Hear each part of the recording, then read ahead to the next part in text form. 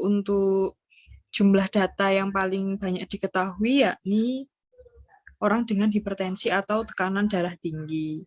Nah, sebelum kita memulai acara pendidikan kesehatan pada hari ini, marilah kita bersama-sama berdoa agar apa yang kita lakukan pada hari ini membawa berkah dan manfaat bagi kita semua.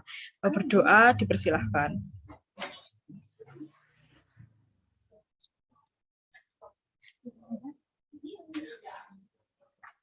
Doa dapat diakhiri. Selanjutnya untuk penyampaian materi, saya serahkan kepada teman saya yang bertugas. Pada Saudari Atriksi Suminarwati, dipersilahkan.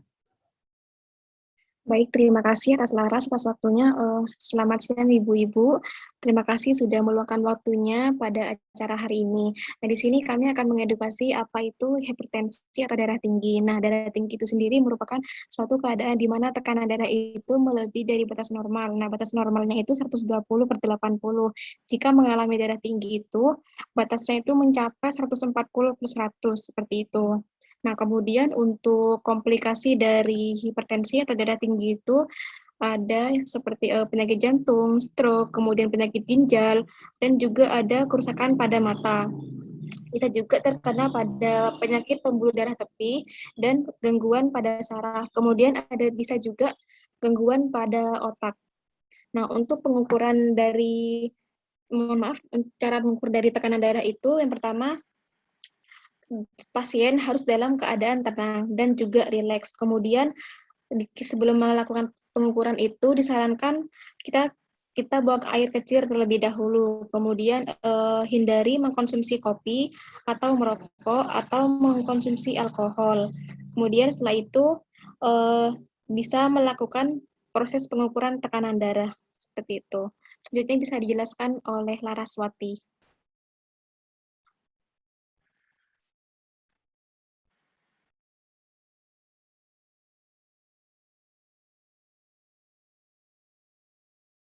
Nah, baik Ibu-Ibu, selanjutnya untuk faktor risiko terkait hipertensi. Nah, di sini ada dua faktor yang dapat mendasari seseorang itu terkena hipertensi. Yang pertama, faktor yang tidak dapat dimodifikasi atau tidak dapat diubah. Untuk yang kedua ini, faktor yang dapat dimodifikasi atau dapat diubah dan diatur. Untuk faktor yang tidak dapat dimodifikasi, ini meliputi umur, kemudian jenis kelamin, riwayat keluarga atau genetik. Jadi hipertensi ini merupakan penyakit genetik, yaitu penyakit yang menurun dari keluarga. Semisal ada riwayat dari orang tua Bapak Ibu sekalian yang memiliki riwayat penyakit hipertensi, maka itu akan berpeluang muncul kembali kepada Bapak Ibu sekalian. Selanjutnya, untuk riwayat yang dapat dimodifikasi atau dapat diubah, yaitu adanya kegemukan. Ini berhubungan dengan berat badan Bapak Ibu sekalian. Semakin banyak berat badan Bapak Ibu sekalian, maka juga akan semakin berpeluang untuk terkena hipertensi.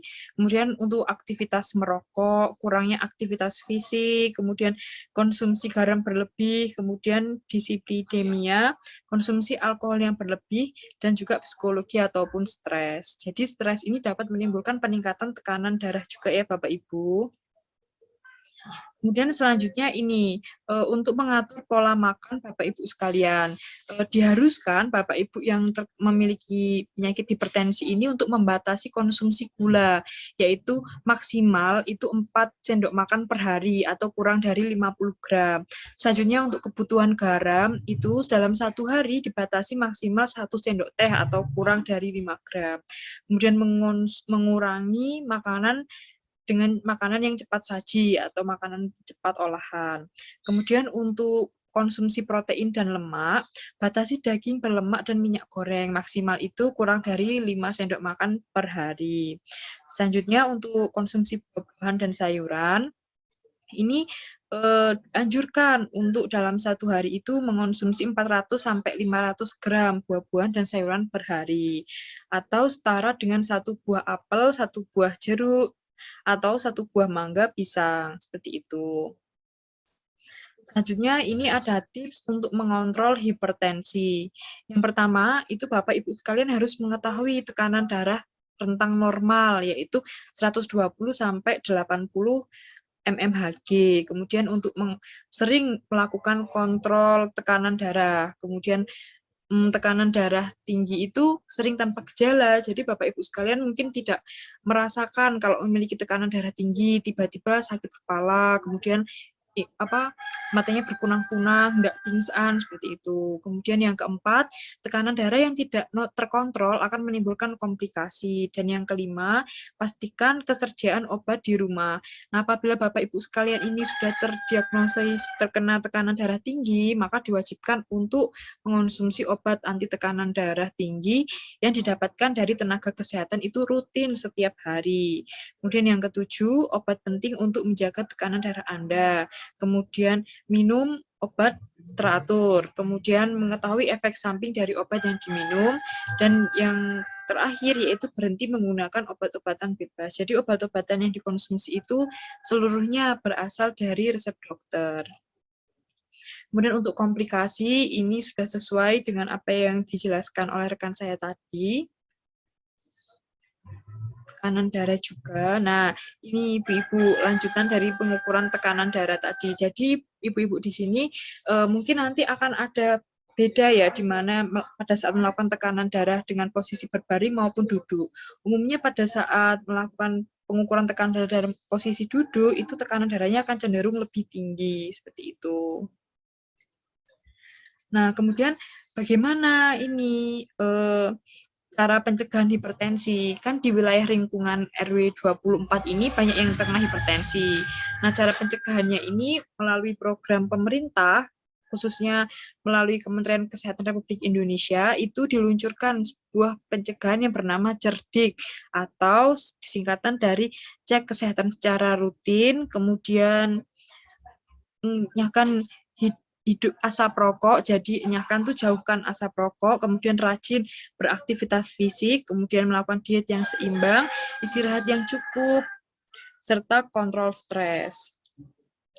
Nah, ini apabila Bapak Ibu sekalian sudah terkena hipertensi atau tekanan darah, maka Bapak Ibu ini wajib untuk patuh. Patuh itu apa saja? Yaitu yang pertama, periksa tekanan darah secara rutin dan ikuti anjuran dokter. Kemudian atasi penyakit dengan pengobatan yang tepat dan teratur. Kemudian tetap diet dengan gizi yang seimbang.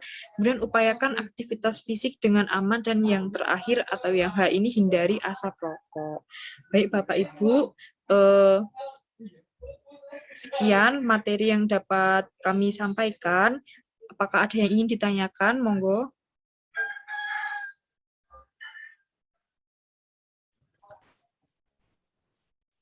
Selamat siang, Mbak. Oh, ya, selamat siang Ibu Ina. Bagaimana Bu? Apakah ada yang ingin ditanyakan? Sebelumnya terima kasih ya, karena penjelasannya sudah cukup terang, menerangkan. Ini saya mau tanya sesuatu. Kalau pemeriksaan pertama sudah tinggi tekanan darahnya, apa bisa dikatakan atau didiagnosa sebagai hipertensi? Ya, baik. Terima kasih banyak Ibu Ina untuk pertanyaannya. Sangat bagus sekali ya, bagaimana apabila sekali diperiksa itu ternyata tekanan darahnya langsung tinggi. Nah, itu tidak seperti itu ya. Apabila kita pertama kali periksa tekanan darahnya kita itu sudah di atas 140/90 mmHg, itu masih belum dikatakan kita terkena hipertensi. Nah, bisa dikatakan kita terkena hipertensi itu apabila dalam pemeriksaan kedua, ketiga, atau keempat, dan selanjutnya itu tekanan darahnya tetap berada di 140/90 mmHg. Karena kan tadi ada banyak sekali itu faktor yang mempengaruhi. Mungkin bisa saja pada saat sebelum dilakukan pemeriksaan tekanan darah itu, Ibu mengonsumsi kopi atau kafein ini dapat meningkatkan tekanan darah. Kemudian mengonsumsi makanan yang terlalu banyak garam sehingga dapat meningkatkan tekanan darah. Seperti itu. Apakah sudah jelas, Ibu? Iya, terima kasih. Selanjutnya mungkin apakah ada pertanyaan lagi? Saya mau tanya, Mbak. Oh, iya, monggo, Bu. Saya kan waktu itu tekanan darah saya 160 per berapa saya lupa. Terus dikatakan sama dokter termasuk saya tergolong tekanan darah tinggi. Lalu saya disuruh minum amlodipin itu yang 5 mili rutin setiap hari. Nah, setelah itu maksud saya sudah tekanan saya enggak tinggi. Lalu saya mengonsumsi teh daun kelor. Nah, setelah saya minum teh daun kelor, saya cek periksa di puskesmas atau di rolas itu kok tekanan darah saya 120 per 80. Nah, kalau seperti itu saya harus diteruskan minum amlodipin yang 5 mili apa stop bagaimana gitu. Saya minta penjelasannya, Mbak. Baik, terima kasih Bu. Ya, mohon izin untuk menjawab. Sebelumnya dari teman-teman, apakah ada yang ingin memberikan pendapat juga?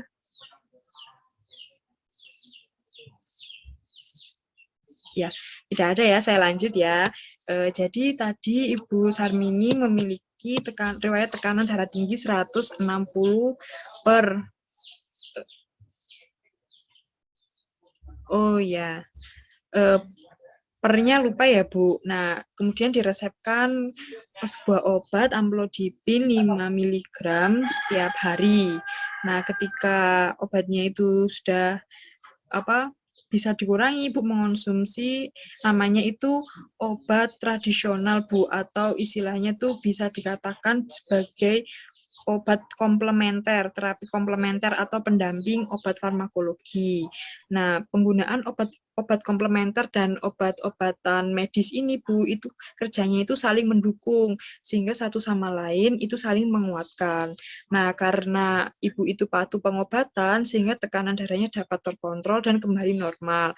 Hal itu bagus, Bu. Kemudian, apabila Ibu patuh terus mempertahankan pola hidup, kemudian konsumsi obat yang sesuai, maka tekanan darah Ibu juga ke depannya akan jauh lebih bagus lagi. Nah, untuk konsumsi obat amlodipin yang rutin untuk dikonsumsi itu ya atau tidak, itu lebih baik dilihat lagi Bu. Beberapa hari ke depan, Ibu periksa apakah tanpa mengonsumsi obat itu, Ibu tekanan darahnya masih berada di rentang normal atau tidak. Apabila sudah di rentang normal, tetap di sekitar 120 per 80 mmHg, Ibu diperkenankan untuk melepas obat tersebut, namun dengan catatan Ibu masih terus untuk memperhatikan pola hidup, seperti mengurangi garam, kemudian mengurangi minuman kafein, rajin berolahraga, mengkontrol stres, seperti itu. Apakah sudah dipahami, Bu? Iya, terima kasih Mbak penjelasannya. Iya, Bu. Sehat selalu, Bu. Iya. Selanjutnya, apakah ada yang ingin ditanyakan lagi? Atau mungkin dari teman-teman profesi sekalian?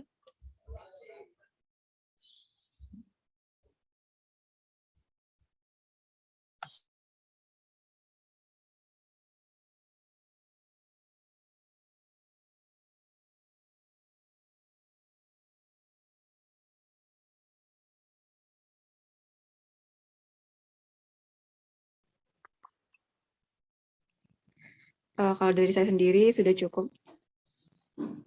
Ya, mungkin dari ibu-ibu yang lain apakah sudah merasa cukup?